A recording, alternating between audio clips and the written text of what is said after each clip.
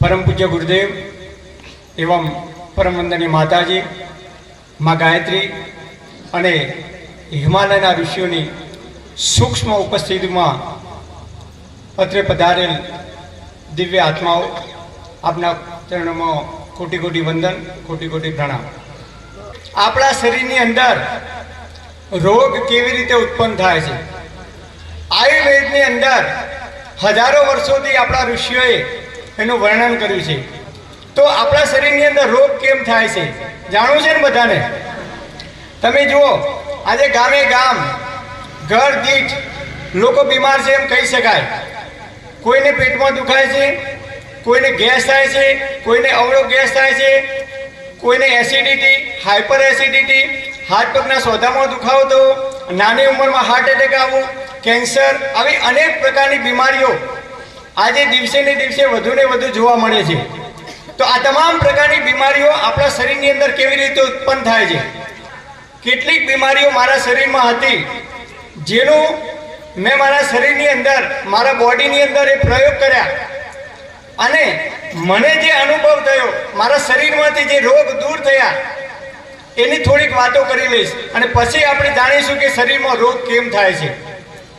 તો સૌથી પહેલા મારું ઉદાહરણ આપું તો ઘણા ટાઈમ પહેલા મને પગમાં ખૂબ કળતર થતી હતી। આ મારું જ ઉદાહરણ આપું, બીજાને મટ્યું કે નહીં એની ખબર નથી મને। મેં મારી બોડી ઉપર આપણા ઋષિએ જે વાત લખી એ ઉપચારો લખ્યા છે, ઉપાય લખ્યા છે, એનું મેં અનુકરણ કર્યું। એને મારી બોડી ઉપર મેં પ્રયોગ કર્યા અને મને 1% નહીં પણ 100% સફળતા મળી। એ વાત હું તમને કહેવા માટે આવ્યો છું। પરંતુ આજના યુગની અંદર આપણે ધીમે ધીમે પશ્ચિમી સંસ્કૃતિ તરફ આગળ વધતા ગયા છીએ અને આપણી ભારતીય મૂળ સંસ્કૃતિને ભૂલતા ગયા છીએ। તો ઘણા ટાઈમ પહેલા મને પગમાં ખૂબ કળતર થતી હતી। 3-4 મહિના થાય એટલે પગમાં કળતર થાય, ડૉક્ટર પાસે જઈએ એટલે ડૉક્ટર કે B12 ની ઉણપ છે, લોહીની કમી છે।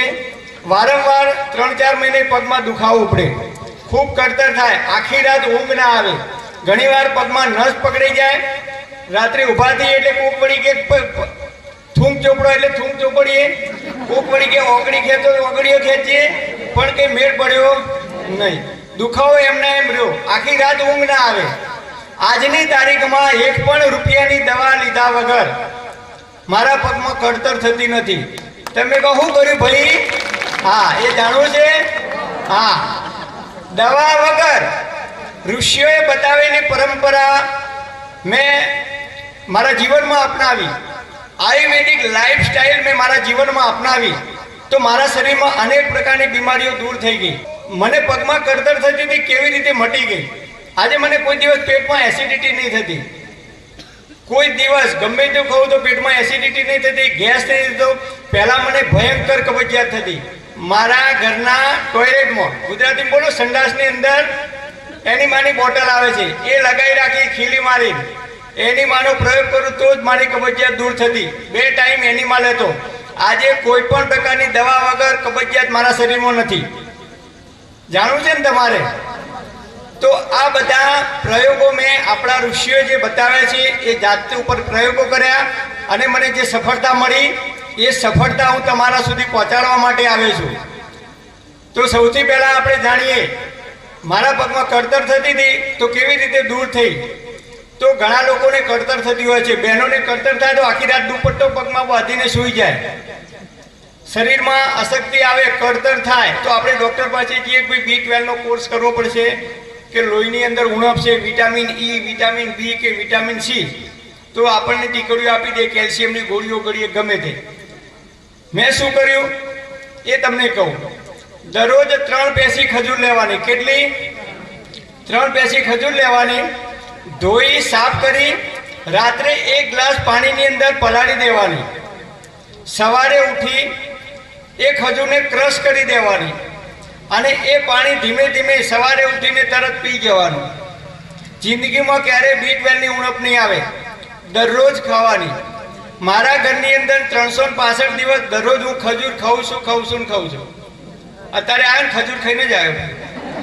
હા, ખજૂર 4:30 થાય એટલે ખજૂર 3 પેસી ખાવાની એટલે ખાવાની।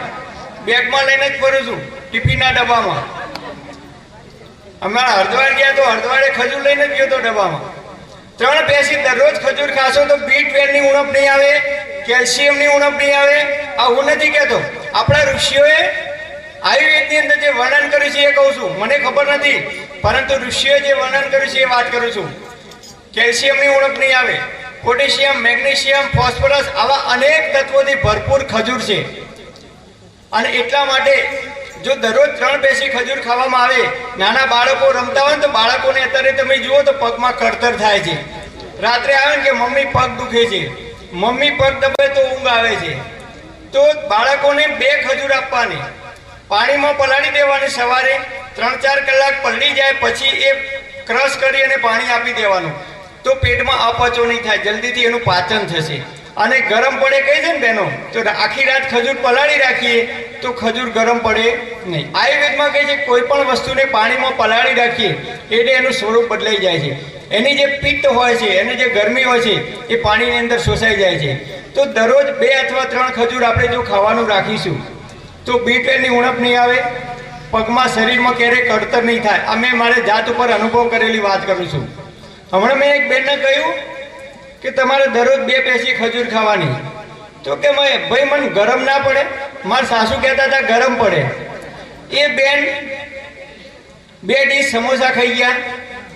પછી ફરીથી એક વખત અમારા ત્યાં મીટિંગ હતી તો એ મહેસાણાથી મંગાયા હતા, એમને ઓનલાઈન લાપટાક શું કહેવાય એના પીઝા મંગાયા હતા કે બહારથી, અને 2 પીઝા ખાઈ ગયા. મેં કીધું બેના પીઝા ગરમ નહીં પડતા? 2 પેસી ખજૂર ગરમ પડે? તમે વિચારો, આયુર્વેદમાં જે લખ્યું છે કે ખજૂર ખાવાથી રોગ દૂર થાય અને પીઝા ખાવાથી રોગ દૂર થાય. પીઝા ખાવામાં ગરમ નહીં પડતા, કચોરી ખાવામાં ગરમ નહીં પડતી, પાણીપુરી ગરમ નહીં પડતી. અને આપણે એમ કહીએ કે ભાઈ ચપટી, મેં એક બેનને કીધું કે 1 ચમચી મધ લેવાનું, ચપટી સૂંઠ પાવડર. કેટલું? ચપટી સૂંઠ પાવડર. મને કે ભાઈ એ તો ગરમ ના પડે? બોલો, હવે આ બહેનોને કહેવાનું છું, 2 ડીશ સમોસા ઝાપટી જઈને તો ગરમ નહીં પડતા. હોટલમાં જઈએ ને, ભાઈ મેહાણા ભાષામાં બોલો, હોટલમાં જઈએ ને તો પેલા ગરમ ગરમ મસાલાવાળા મંગાવો શાક, તો એ ગરમ નહીં પડતા. અને પેલી ચપટી સૂંઠ પાવડર ગરમ પડે. તો પગની અંદર કળતર થતી હોય ને તો નાના બાળકોને તો ખાસ કહું છું, આયુર્વેદમાં આપણા ઋષિઓ બતાવેલી વાત છે કે દરરોજ ખજૂરનું સેવન કરજો. બાળકોને ક્યારેય પગમાં કળતર નહીં થાય, શરીરમાં લોહીની ઉણપ નહીં આવે. પરમ પૂજ્ય ગુરુદેવે આ બોલાવ્યું. હું જે કંઈ બોલ્યો એ ઋષિઓના વિચારો હતા, તમારા સુધી પહોંચાડવાનો પ્રયત્ન કર્યો. એમાં જે કંઈ ક્યાંક તમને દુઃખ લાગ્યું હોય કે ખોટા શબ્દોનો ઉપયોગ થઈ ગયો હોય તો એ માફ કરજો. એ મારા પોતાના હતા. તમારો નાનો ભાઈ કે આપનો દીકરો સમજી મને ક્ષમા કરજો. પરમપિતા પરમાત્મા આપ સર્વેને તંદુરસ્ત અને નિરોગી રાખે એવી હૃદયપૂર્વક મારી પ્રાર્થના. Thanks for watching my video. Thank you.